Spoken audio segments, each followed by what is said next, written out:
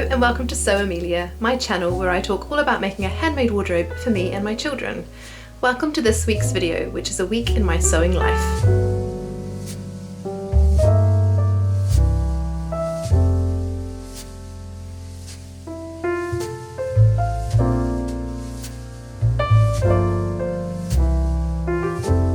Hi, it's Monday and I'm up in the sewing room again. Welcome if you're new to these videos.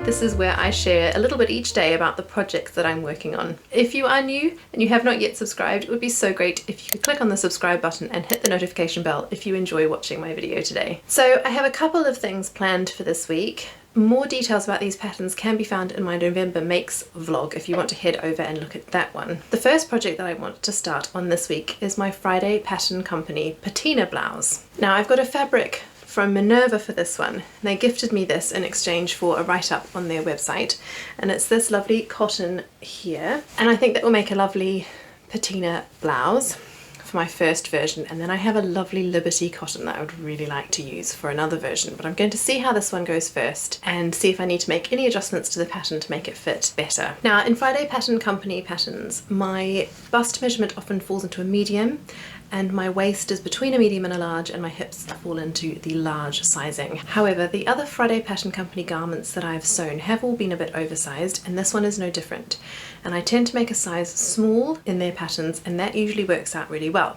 And looking at the finished garment measurements for this pattern, a size small is a bust of 41 inches, a waist of 40.5 inches, and hips of 42.5 inches. So that gives me quite a lot of ease still across the bust, waist and hips. So that's what I'll do for that one, and I have cut out all the pieces already. On Sunday nights I like to think about what I want to sew the following week, and I usually have on Sunday nights I watch Andrea and Keris from Beyond the Pink Door. They have a YouTube live on Sunday night where they share lots of interesting fabrics that have arrived in the shop this week, ideas for sewing up their fabrics. It's just a wonderful hour of looking at fabric with other sewists on their YouTube live. So while I watch that, I often cut out patterns ready for the following week. So once I've cut out the pieces, I like to store them in these plastic envelopes. I'm not a big fan of plastic, but when you can reuse it and reuse it and reuse it, I think it's fine. And these certainly have been reused lots already. So I store my pattern pieces in these plastic wallets, and that means I can store them away nice and safely with all the pieces together when I'm not sewing. Now before I start sewing, I thought I would just share what I'm wearing today. This is the Clemence top by Fibre Mood, and it's in, well, I think it's in their most recent magazine.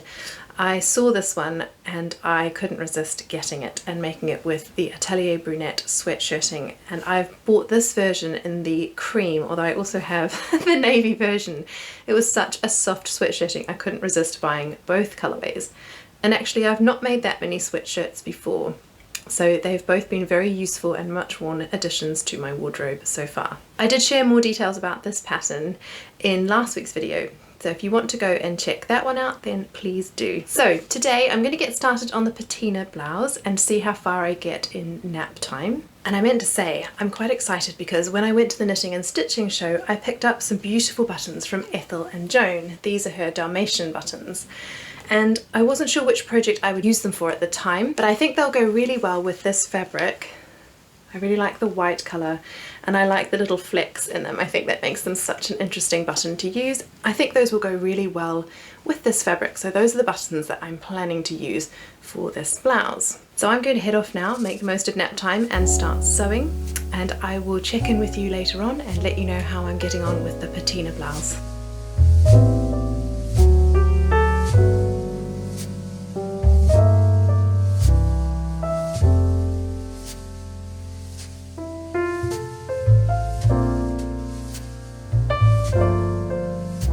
It's Tuesday and I'm back up in the sewing room briefly today. As you will have seen from the videos, it's been such a beautiful morning today. Blue sky, lovely crisp autumn weather without being too cold. So we had a good play out in the park before coming home and making a nice hearty stew for this evening's dinner. But now my daughter is having a nap, so I have come up to the sewing room to show you my progress on the patina blouse. And here it is. I definitely got further than I thought I would last night, and I've really enjoyed sewing this one up. I love how Friday Pattern Company give great instructions for finishing off the insides of your garments so beautifully. So you can see the back yoke here is finished with the burrito method so that all the seams are enclosed there, and the way they instruct you to put the facing on was just so lovely, and the finish is so neat and clean. I really enjoyed sewing that up, and like I said, this bit came together really quickly. I've popped one of my favourite little rosy cheeks labels in the back yoke there, and then I've managed to get the back yoke sewn on with the slight gathers across the top of the back piece here where it meets the yoke. So that's all done. I'm just ready for the buttons to go on here, but I think that's in one of the last steps, so that's not for a while. So today's job is to use the bias strips to line the plackets on the insides of the long sleeves before adding the cuffs, and perhaps to gather that sleeve head so that it's ready for insertion later on into the bodice. So before I go and get started on that, I thought I'd briefly mention what I'm wearing today, and that is the Freya dress by Tilly and the Buttons, and that's in her stretch book. I made it in a beautiful viscose jersey from Andrea at Beyond the Pink Door. It's so soft and drapey.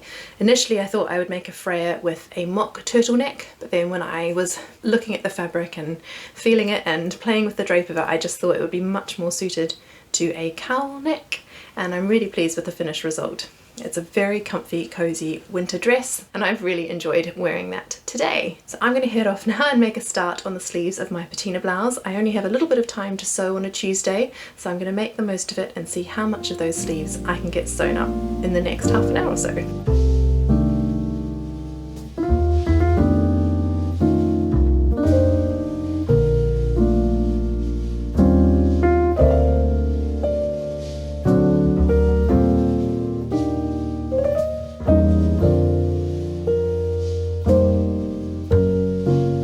It's Wednesday and it is my birthday. If you saw last week's video, you would have seen a few of the little gifts that I received from my family.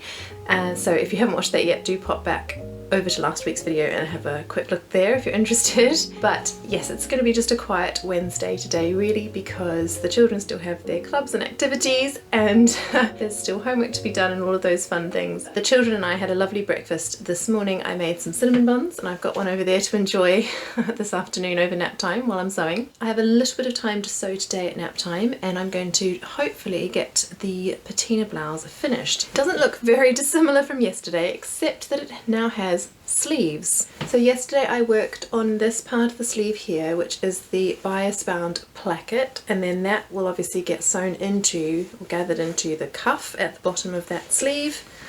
So that's the next step, is to sew on the cuff to each sleeve. But yes, I inserted the sleeves and I sewed up that side seam. I still need to press that, but it has been sewn. And then the final step is to sew the buttons and buttonholes and then to hem the blouse. So the list of things is not very long, but it's surprising again how long these little steps can sometimes take. So I'm hoping to get a bit of time now and a bit of time tonight to see if I can finish off the patina blouse, and if I do, I'll pop back on and share how I found the pattern and the finished blouse. Otherwise, I shall see you tomorrow.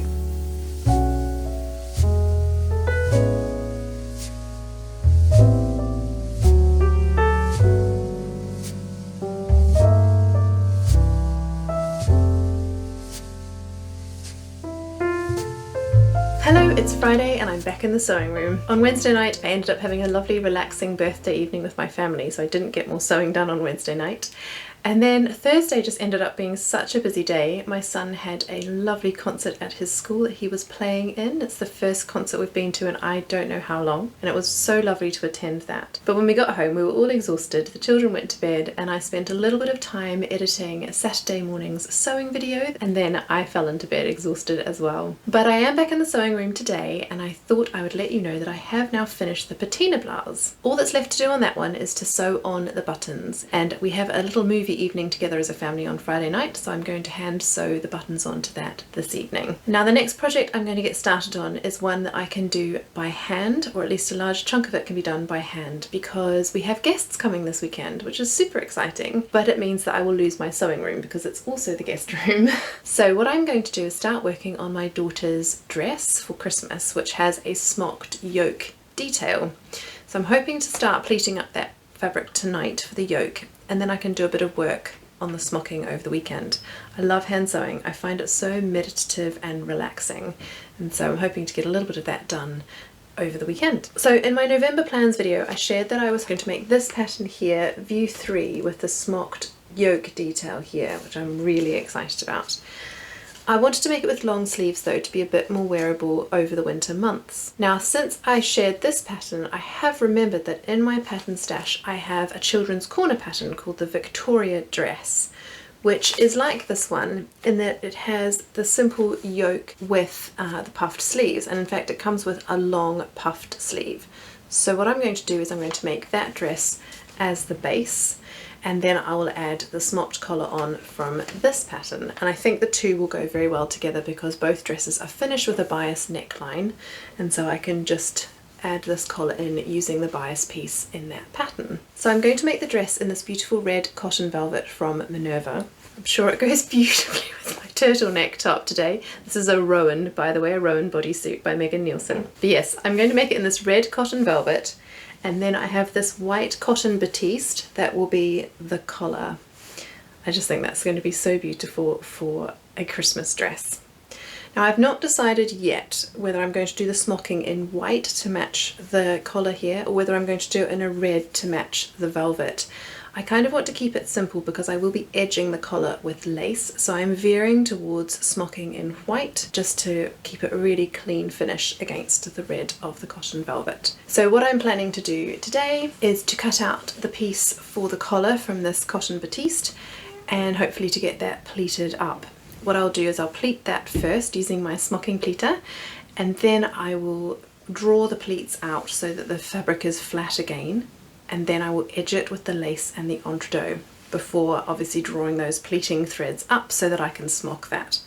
I'll try to catch some of that on video, but if any of you are interested in more of a detailed smocking video in which I detail how to use my pleater and things, do let me know in the comments below and I can think about making that video for you all. So that's today's plan, is to start working on getting that all pleated up and the lace work done, and if I have time I might start cutting out the pattern pieces for the dress portion of that out of the cotton velvet. So that will keep me busy certainly today and over the weekend, getting those pattern pieces cut out and this prepared for smocking.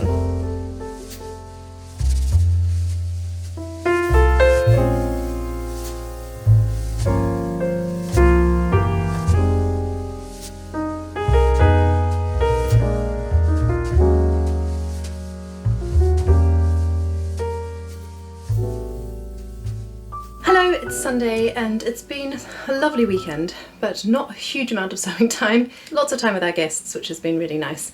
But I did manage to get a little bit of work done on my daughter's dress, so I'll share that now. So I managed to get the collar pleated. I also sewed on the lace and the entredeaux, which is great. Now it's all obviously gathered up with the pleating threads, and I am going to smock it straight.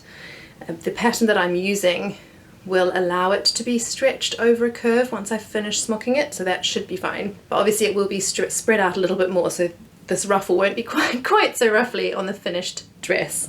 So that's all pleated up, and I've just started working away on the smocking on this top holding row, but I'm really looking forward to doing a bit of that over the next week to come. I like to keep it downstairs with me, and then if the children are playing or busy or doing homework, I pick it up and do a few stitches here and there, and it does get finished slowly but surely. So that's going to be downstairs in my sewing basket, ready to keep working on that over the next week. So I did manage to get a little bit of the bodice sewn up as well. This is a pattern that I know quite well, and I think that means it does start coming together quickly, which is really nice. So here's the bodice so far. There's the front of it. I've popped the ties in, nice big velvet ties, which will be lovely in a bow at her back.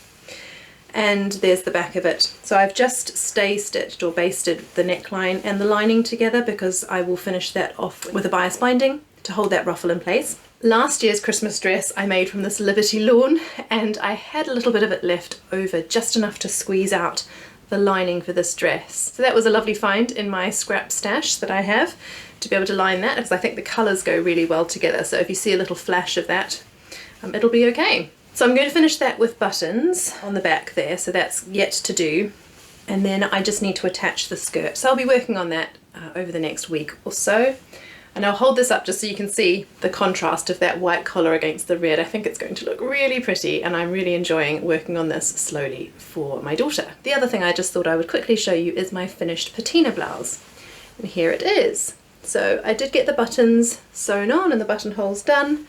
The sleeves are in, and they've also got buttons on the cuffs. It was a really enjoyable sew. It came together really beautifully, as Friday Pattern Company patterns do. I always enjoy sewing those up, and the pattern instructions are always great.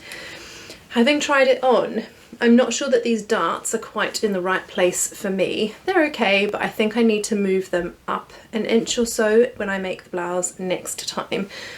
And also, the sleeves are a little short. Friday Pattern Company sleeves tend to finish for me around about here on my arm, so I guess you'd call that bracelet length, which is fine if you like that length. I prefer my sleeves to finish at my wrist.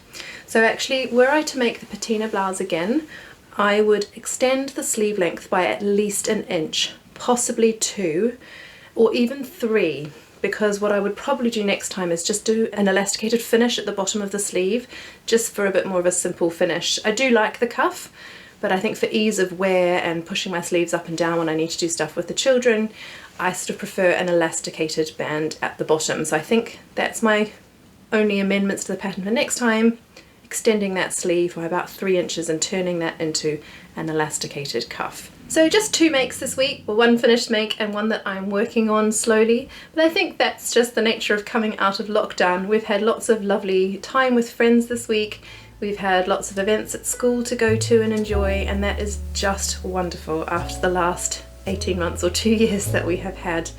So I'm enjoying that to the full and still squeezing in a bit of sewing me time where I can. So I hope you did enjoy seeing what I got up to this week. Thanks so much for watching. If you haven't yet subscribed, it would be so great if you would, and also if you'd give the video a thumbs up, that would be wonderful. Thank you so much for watching. I hope you have a happy week of sewing, and I shall see you in the next one. Goodbye!